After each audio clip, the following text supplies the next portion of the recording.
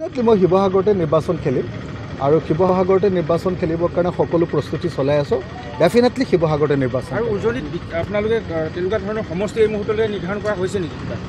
মানে এতিয়ালৈকে অসমত আমি ৩৬টামান সমষ্টিত মানে গ্ৰেড এ আমাৰ উন্নীত হৈছে। 36টা সমষ্টি আমাৰ গ্ৰেড এলৈ উন্নীত হৈছে।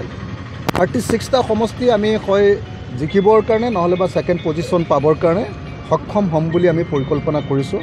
তাৰ উপৰিও আপোনাৰ ছেকেণ্ড গ্ৰেড আৰু থাৰ্ড গ্ৰেডৰ আৰু আমাৰ আছে।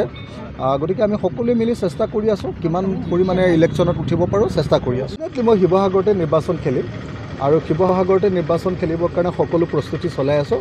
ডেফিনেটলি শিৱসাগৰতে নিৰ্বাচন। আৰু উজনিত আপোনালোকে তেনেকুৱা ধৰণৰ সমষ্টি এই মুহূৰ্তলৈ নিৰ্ধাৰণ কৰা হৈছে নেকি? মানে এতিয়ালৈকে অসমত আমি ৩৬টামান সমষ্টিত মানে গ্ৰেড এ আমাৰ উন্নীত হৈছে।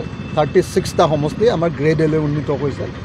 36টা সমষ্টি আমি হয় জিকিবৰ কাৰণে নহ'লে বা ছেকেণ্ড পজিশ্যন পাবৰ কাৰণে সক্ষম হ'ম বুলি আমি পৰিকল্পনা কৰিছোঁ। তাৰ উপৰিও আপোনাৰ ছেকেণ্ড গ্ৰেড আৰু থাৰ্ড গ্ৰেডৰ আৰু আমাৰ আছে। গতিকে আমি সকলোৱে মিলি চেষ্টা কৰি আছোঁ কিমান পৰিমাণে ইলেকশ্যনত উঠিব পাৰোঁ চেষ্টা কৰি আছোঁ। মই শিৱসাগৰতে নিৰ্বাচন খেলিম আৰু শিৱসাগৰতে নিৰ্বাচন খেলিবৰ কাৰণে সকলো প্ৰস্তুতি চলাই আছোঁ। ডেফিনেটলি শিৱসাগৰতে নিৰ্বাচন। আৰু উজনিত আপোনালোকে তেনেকুৱা ধৰণৰ সমষ্টি এই মুহূৰ্তলৈ নিৰ্ধাৰণ কৰা হৈছে নেকি?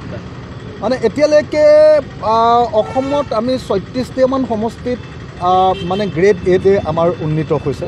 36টা সমষ্টি আমাৰ গ্ৰেড এলৈ উন্নীত হৈছে। 36টা সমষ্টি আমি হয় জিকিবৰ কাৰণে নহ'লে বা ছেকেণ্ড পজিশ্যন পাবৰ কাৰণে সক্ষম হ'ম বুলি আমি পৰিকল্পনা কৰিছোঁ। তাৰ উপৰিও আপোনাৰ ছেকেণ্ড গ্ৰেড আৰু থাৰ্ড গ্ৰেডৰ আৰু আমাৰ আছে।